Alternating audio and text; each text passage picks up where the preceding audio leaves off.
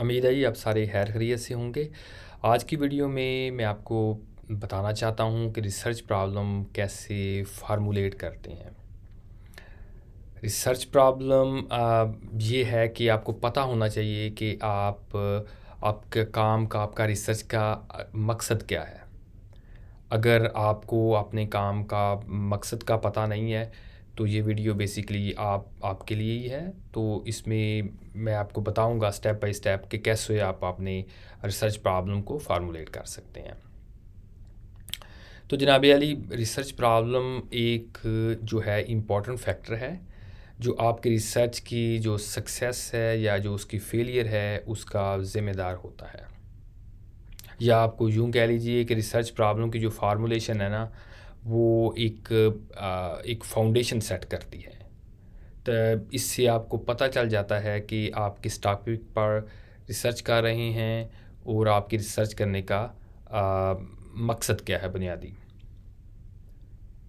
तो चलते हैं जी आगे। अगर आप रिसर्च टॉपिक की को फार्मूलेट करना चाहते हैं तो उसको मैंने 5 जो है वो स्टेप्स के अंदर जो है वो डिवाइड किया है।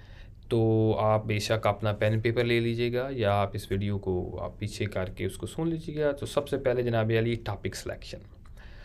पहले आपको अपने रिसर्च टॉपिक को सिलेक्ट करना होगा, राइट। और रिसर्च टॉपिक वो सिलेक्ट करना है जो आपके एरिया ऑफ इंटरेस्ट से है। इसके ऊपर में भी मैं लेटर ऑन एक बड़ी वीडियो बनाऊंगा, लेकिन इस वक्त एग्जांपल के तौर से समझ लीजिए कि आपका एरिया ऑफ इंटरेस्ट जो है ना वो एजुकेशन सिस्टम है, ठीक है। नंबर 2, आपने ये काम करना है, लिटरेचर रिव्यू करना है। आपको लिटरेचर रिव्यू करना होगा और उससे रिलेटेड सभी जो टॉपिक्स हैं उसके बारे में पढ़ना होगा, जानना होगा। तो एजुकेशन सिस्टम की एग्जांपल लेके हम कह सकते हैं कि आपको एजुकेशन सिस्टम के बारे में इंफॉर्मेशन गैदर करने के लिए बुक्स पढ़नी है, आर्टिकल पढ़ने हैं, एक्सपर्ट के रिव्यू पढ़ने हैं और एक्सपर्ट से डिस्कस करना है। तीसरा स्टेप जनाब अली है प्रॉब्लम आइडेंटिफिकेशन। अब आपको अपने टॉपिक पर रिलेटेड प्रॉब्लम को आइडेंटिफाई करना है क्योंकि आपने ऑलरेडी पढ़ चुके हैं। आपको ये प्रॉब्लम किसी रिसर्च पेपर, किसी बुक या किसी एक्सपर्ट से बात करने में, पढ़ने के अंदर और उसको प्रॉब्लम को जब अंडरस्टैंड करते हैं तो आपको उस दौरान आ जाएगा। मिसाल के तौर पे जब आप एजुकेशन सिस्टम के बारे में पढ़ते हैं तो आपको पता चलता है कि बच्चों की जो मोटिवेशन है ना ओवरऑल को ख़ास प्रोग्राम नहीं है कि उनको मोटिवेट रखने के लिए। तो ये ओवरऑल आपकी हल्की सी अभी प्रॉब्लम आइडेंटिफाई हुई है।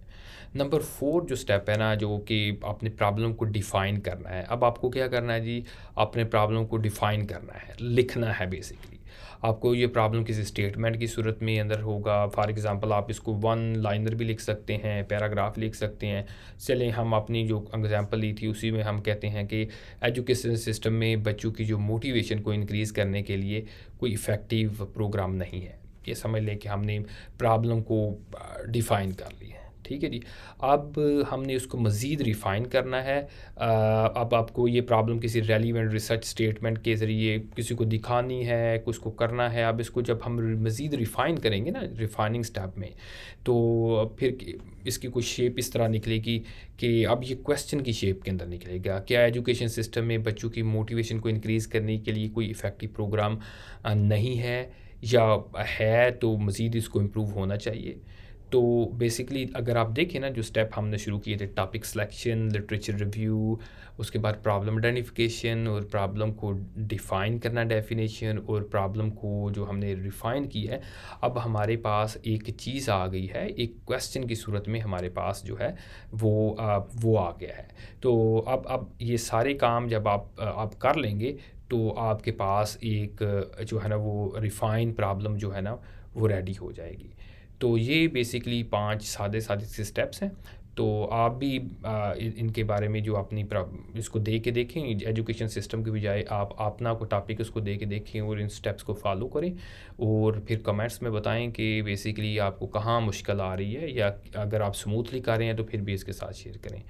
तो एट द सेम टाइम अगर आप फील करते हैं कि ये वीडियो आप में कोई थोड़ी सी आपको हेल्प की है, आप जैसे बहुत सारे और भी स्टूडेंट्स होंगे जिनको बेसिकली प्रॉब्लम आइडेंटिफिकेशन के अंदर, प्रॉब्लम फार्मूलेशन के अंदर जो है उनको हेल्प चाहिए होगी, तो प्लीज़ इसको उनके साथ शेयर करें और इंशाल्लाह हम नेक्स्ट वीडियो के साथ मिलते हैं जी। अल्लाह हाफ़िज़।